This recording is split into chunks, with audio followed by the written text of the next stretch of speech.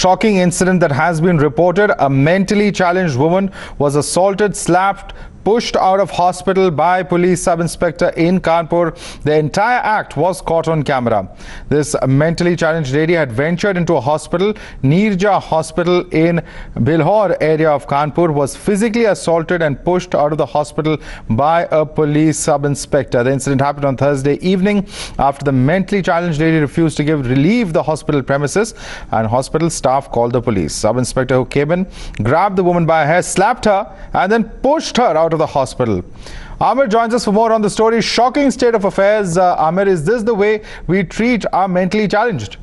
Well, absolutely not. And this is something that the top brass in the police department should actually take note of. Because on a number of occasions, the top brass in the police department as well as the government has spoken about training and sensitization of police officers, especially the police staff that goes on the road for patrolling, which comes into contact with the general public more often than the senior officers.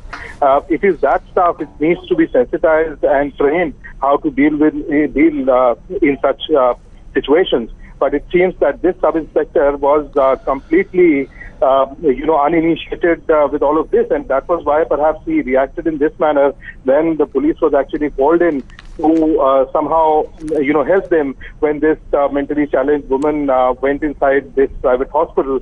But the way that he behaved and manhandled her, thrashed her, slapped her is completely unacceptable, and that is why perhaps the top brass there has taken a decision. The sub-inspector has been suspended from his services from immediate effect. Well, absolutely, and complete insensitivity of the police. Any citizen will tell you that this is, of course, shocking by many yardsticks, but it's not entirely surprising given the kind of, absolute rough behavior that policemen on the streets very often have with regular citizens.